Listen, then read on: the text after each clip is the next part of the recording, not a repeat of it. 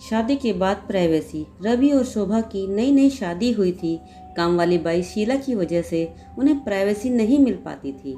दरअसल रवि जब कॉलेज में था तभी रवि की माँ उसे और इस दुनिया को छोड़कर जा चुकी थी। एक काम वाली बाई थी शीला, जो सुबह से लेकर शाम तक उनके घर का सारा काम करती और सबका ख्याल रखती थी। रवि के पिता प्राइमरी स्कूल के रिटायर्ड प्रिंसिपल थे।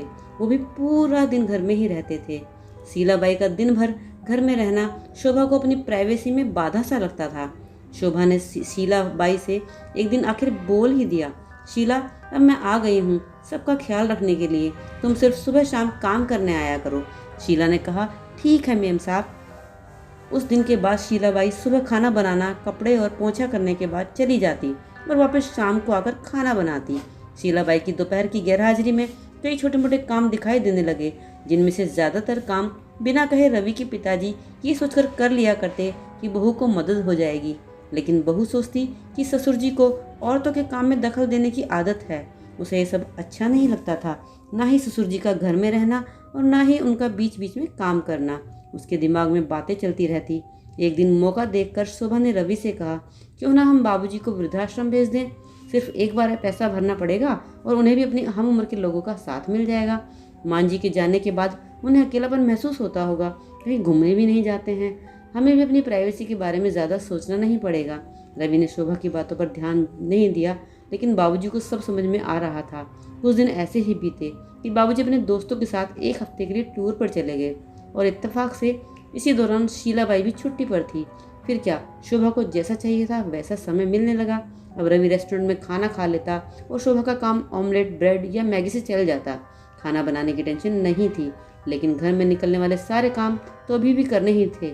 ससुर जी की गैर हाजिरी में शोभा को एहसास हुआ कि वह बिना कहे ही जो काम कर लिया करते थे उनसे कितना फर्क पड़ता था। छोटे मोटे लगने वाले ये काम भी काफ़ी समय और एनर्जी लेने वाले थे। कुछ दिन बीतने के बाद एक दिन रवि शोभा को कहता है, चलो आज कहीं बाहर घूम कर आते हैं। शोभा बड़ी खुशी से सज धज कर बाहर घूमने के लिए तैयार हो जाती है।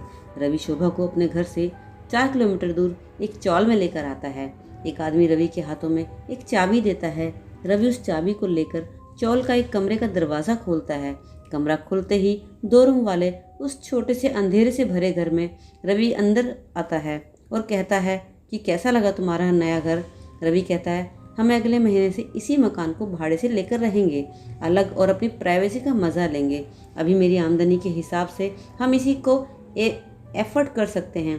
रवि का यह व्यवहार शोभा को समझ में नहीं आया। वह चौंकते हुए बोली, हमारे पास इतना बड़ा घर तो है, फिर क्यों हम भाड़े से रहेंगे। रवि उसे टोकते हुए कहता है, सोच समझ कर बोला करो, वह घर हमारा नहीं है, वह बाबूजी का है। तुम्हारे पास 1 महीना है सोचने के लिए, तुम्हें आगे क्या करना है। दोनों वहाँ से वापस अपने घर लौट आते हैं। पूरे रास्ते शोभा के दिमाग में तरह तरह के विचार चल रहे थे। घर पहुँचते ही उसने रवि से कहा, माना कि यह घर बाबूजी का है, लेकिन क्या ये हमारा इस पर कोई हक नहीं है। रवि ने कहा, बिल्कुल है, लेकिन बाबूजी के बाद जब तक वे हैं तब तक तो नहीं। अगर तुम्हें हक समझ में आता है तो तुम्हें जिम्मेवारी भी समझ में आनी चाहिए। सिर्फ हक के बारे में सोचकर और अपनी जिम्मेवारियां भूलकर स्वार्थी होना क्या भला अच्छा होता है। बाबूजी मेरा परिवार है, उनके बिना हमारा परिवार अधूरा है। शोभा के पास रवि के इन सवालों का कोई जवाब नहीं था। रवि की इन बातों ने शोभा की आंखें खोल दी। वह सोचने लगी कि अपने क्षणिक सुख के स्वार्थ इतना नीचे गिरकर ऐसी घटिया सोच अपने दिमाग में आने दी। उसे मन ही मन पछतावा होने लगा। शोभा रवि से बोली, मुझे माफ़ कर दीजिए, मैं सच में स्वार्थी हो गई थी, मुझसे बहुत बड़ी गलती हो गई है। रवि बोला, तुम्हें पछतावा हुआ है, मेरे लिए यही काफ़ी है, मैं तुमसे नाराज़ नहीं हूँ। बेटे और बहू का यह वार्तालाप रवि के पिताजी दरवाजे पर खड़े होकर सुन रहे थे। बेटे की बातें सुनकर उनकी आंखें भर आई। उन्होंने आसमान की तरफ देखा और बोले, भाग्यवान तुम धन्य हो जो तुमने ऐसे बेटे को जन्म दिया। उन्होंने दरवाज़ा खटखटाया। बहू ने दरवाज़ा खोला तो उनके हाथों में पकड़ी थैली से गरम गरम जलेबी और कचौड़ी की सुगंध उसको आने लगी। ससुर ने अपनी बहू से कहा, वो रामू हलवाई के पास से लाया हूँ, तुम्हें बहुत पसंद है ना। शोभा को अपने ससुर के प्रति विचार और उसके प्रति प्यार, उन दोनों का फ़र्क समझ में आते ही उसकी आंखों में पश्चाताप के आंसू और चेहरे पर अपने परिवार के प्यार और चेहरे पर अपने परिवार के प्यार के कारण मुस्कान आ गई। दोस्तों, इंसानी दिमाग में दिन भर में हज़ारों विचार आते हैं, कुछ अच्छे, कुछ बुरे, लेकिन किसी भी विचार को शब्दों में परिवर्तित करने से पहले अपने उनको सोचना समझना बहुत ज़रूरी है।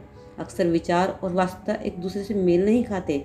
हमारे बुजुर्ग जो हमें बोझ लगते हैं, जिससे हम बात बात में चिढ़ जाते हैं, और ऐसा इसलिए होता है क्योंकि हम स्वार्थी होकर सोचते हैं और हम उनके योगदान को समझ नहीं पाते। वे हमारे जीवन में बहुत अहम किरदार निभाते हैं, लेकिन जब वो हमारे साथ होते हैं तब हम उनके विचार और प्यार समझ नहीं पाते, और जब वो हमारे साथ नहीं होते तब हमें उनकी अहमियत पता चलती है। हमें सदा अपने बुजुर्गों को सम्मान करना चाहिए, कभी उनका निरादर नहीं करना चाहिए, चाहे उनका बिहेवियर कैसा भी हो, पर हमें कभी उन्हें बोझ नहीं समझना चाहिए। जो कर्म करेंगे वो उनके साथ आएगा, हम जो जिसके साथ करेंगे वो हमारे साथ जाएगा। नेकी का फल हमेशा भगवान हमें ज़रूर देता है, भले देर से सही। कहानी पसंद आई हो तो लाइक शेयर करें। मेरे चैनल पर पहली बार आए हैं तो दोस्तों मेरे चैनल को सब्सक्राइब करना ना भूलें। कहानी पूरी सुनने के लिए बहुत बहुत धन्यवाद।